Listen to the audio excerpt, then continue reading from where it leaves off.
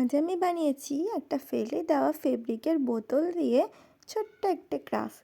এই ক্রাফটটি আমি দেখেছিলাম ইউটিউবের একটা শর্ট ভিডিওতে, যেখানে কিনা খুব সুন্দরভাবে সেটি করা হয়েছিল। তো আমিও সেরকম একটা বানানোর চেষ্টা করলাম।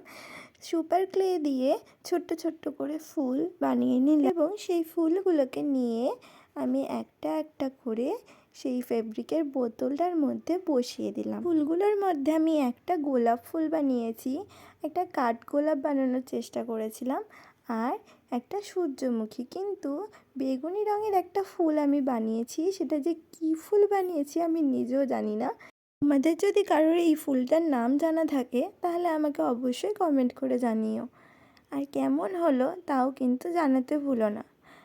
এরকম একটা টব যদি বাড়িতে সত্যিই থাকতো তাহলে মনে হয় খুব ভালোই হতো, যেখানে কিনা নানা রঙিন ফুল ফুটেছে, খুব সুন্দর লাগতো।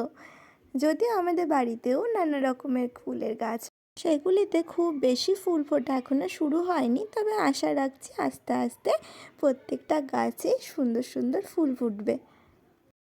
বাড়িতে নানা রকমের ফুল থাকলে তা দেখে মন এমনিতেই ভালো হয়ে যায়। যারা ফুল ভালোবাসে তাদের কাছে তো সেটা আলাদাই আরও সৌন্দর্যের। তোমরা কারা কারা ফুল ভালোবাসো অবশ্যই জানিও।